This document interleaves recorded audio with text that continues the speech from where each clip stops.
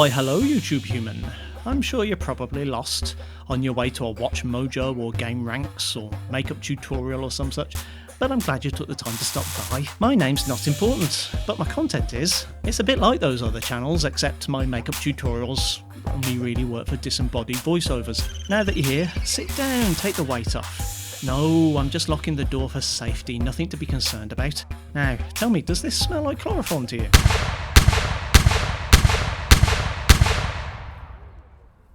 Number 10, Monster Boy and the Cursed Kingdom.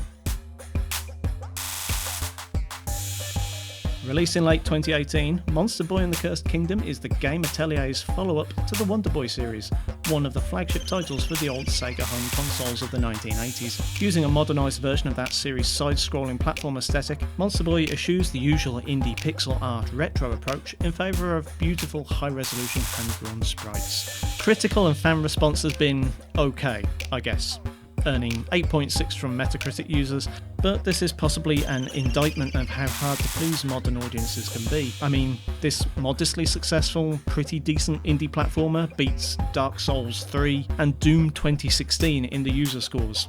I know you can't see me right now, but I'm shrugging.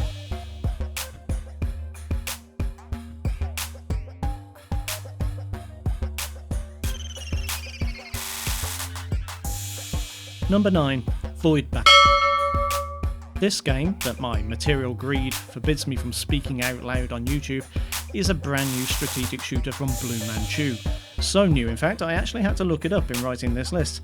It looks pretty smart, with a unique art style and quirky sense of humour, and I'm happy to hear the fantastic voice of Kevin Brighting, the narrator from the Stanley Parable, in the trailer. Apparently the developers worked on BioShock, from which the game has pulled some inspiration. While not particularly focused on story, it instead gives a roguelike, procedurally generated approach to levels.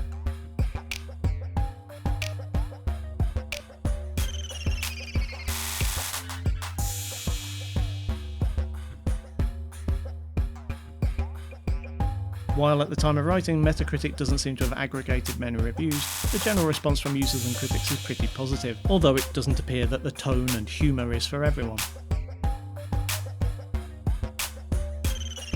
Number 8, Devil May Cry 4 Special Edition.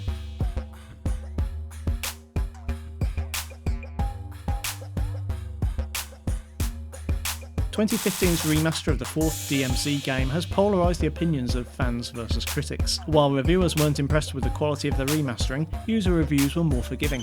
DMC4 was originally released for 7th generation consoles back in 2008, and continues where its predecessors left off.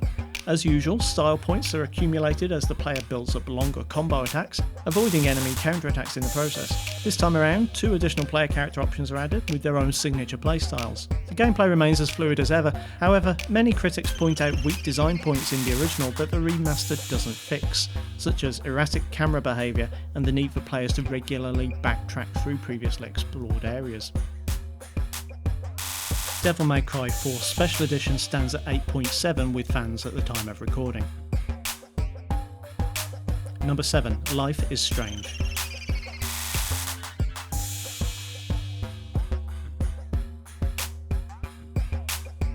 Technically, this position is held by episode 4 of Life is Strange, but I thought it would make more sense to talk about the game as a whole. Life is Strange is a third-person graphic adventure game from developers Don't Nod Entertainment. The story is told from the perspective of protagonist Max Caulfield, a mostly ordinary high school student in the fictional town of Arcadia Bay, in the fictional state of Oregon. Wait, Oregon's real?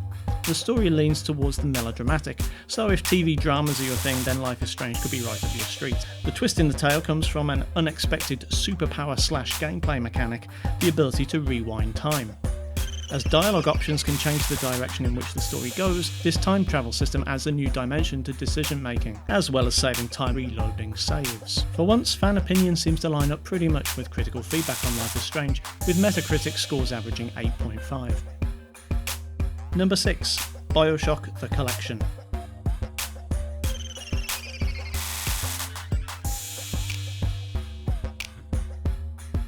Continuing the, some might say, lazy trend of re-releasing popular games on new consoles with revamped graphics, It's hard to deny that the critically acclaimed cerebral FPS is a title deserving of such a treatment. Those who are too young or simply missed out on any of the 3 titles in the series on their original Xbox 360 release have a great opportunity to catch up. The original BioShock is a claustrophobic, story-driven shooter set in the collapsed ruins of the underwater city of Rapture. BioShock 2 was the well-turned-out, smooth-talking cash grab sequel your mother warned you about, and BioShock Infinite is a cerebral return to form, with a notoriously mind-bending parallel universe plot, beautiful new setting in the form of Cloud City, Columbia, and thinly veiled critique of the ideologies of the American far right. BioShock the Collection currently scores 8.7 with Metacritic users. Number 5. Remothered Tormented Fathers.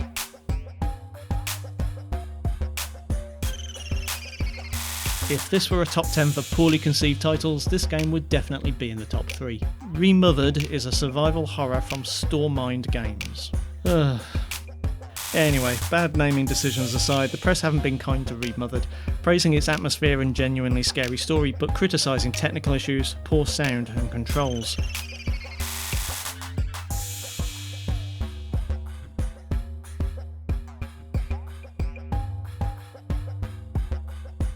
Fans have been a little more enthusiastic, though this shouldn't be surprising as horror fans have typically low bars for entertainment value. Ooh, that's right, I went there. Hope you got some Savlon for them sick burns. Anyway, The Matrix Remothered currently holds 8.7 with fans on Metacritic. Just a reminder, that's 0.3 higher than Resident Evil 2. Number 4. Phoenix Wright Ace Attorney Trilogy. This typically over-the-top series of crime-solving puzzle games started life on Nintendo handhelds, but has since been remastered and repackaged for the home console release by Capcom. As newly minted lawyer Phoenix Wright, you must collect evidence at crime scenes, because video games, to prove your client's innocence by finding the true culprits, because, again, video games. With a cast of characters ranging from a rogues gallery of variously arrogant or loathsome opposition counsellors to, well, lots of obviously flagrantly guilty people. Again, it's hard for my cynical brain to be too angry with this release. Rather than just a HD remaster, this is a port, which means that some people who never owned a Nintendo handheld have access to some genuinely entertaining games.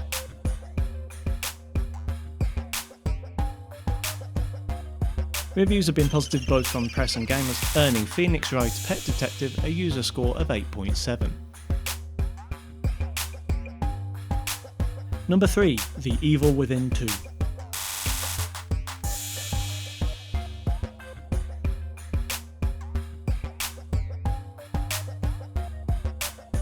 The Evil Within 2, or TOWIE as I will be referring to it from now on, is the 2017 survival horror follow-up to 2014's original, both by Tango Gameworks. Players follow the continuing story of Sebastian Castellanos, this time in the hunt through the simulated town of Union for the serial killer holding his daughter hostage, fighting TOWIE's hideous, tough-as-nails monsters with limited resources as you do so.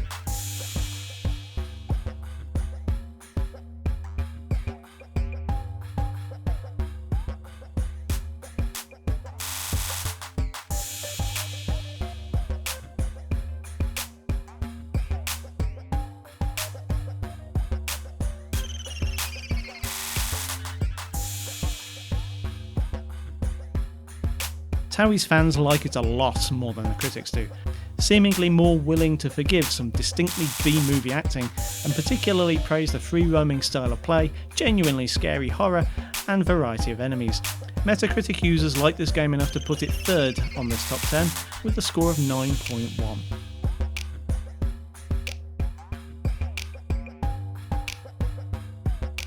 Number 2. Nier Automata. Nier Automata's fans would like you to know that it's not just about the girl in the short skirt. This game, from Bayonetta developers Platinum Games, does indeed star a female protagonist, whose appearance might provoke certain feelings in certain demographics, but as I've been told, this is what all the goth girls are wearing in Japan these days. There certainly doesn't seem to be a logical in-universe explanation.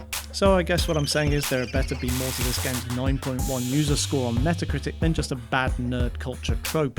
Thankfully, there is.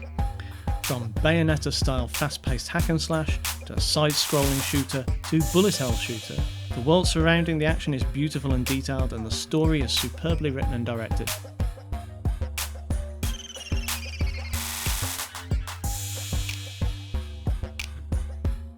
So there. Number 1. The Witcher 3 Wild Hunt.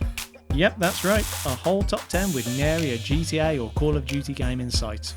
Polish studio CD Projekt Red's third and most ambitious title in the fantasy RPG saga, released in 2015, and still has reviewers and fans comparing other games to it unfavourably. Rarely is a game labelled masterpiece by both the media and the public, but Witcher 3 has earned that label. The game is enormous, rich, beautiful and engaging. Like so many RPGs, the game lets you play how you want, but like so few, its morality is flexible. There is no Paragon or Renegade playthrough, the morally right decision isn't always clearly signposted, standard RPG quest tropes do not necessarily apply here.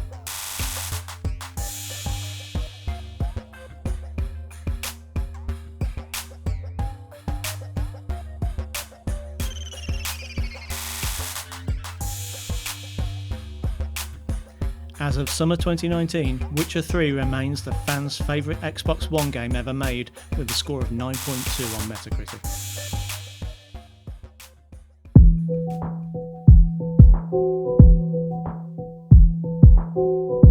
And that's my list. How many of these do you own? Did the appearance of any entry shock you to your very core? Let me know below. While you're down there, kindly do the usual YouTube things if you feel so inclined, check out my other videos, and I'll see you next time.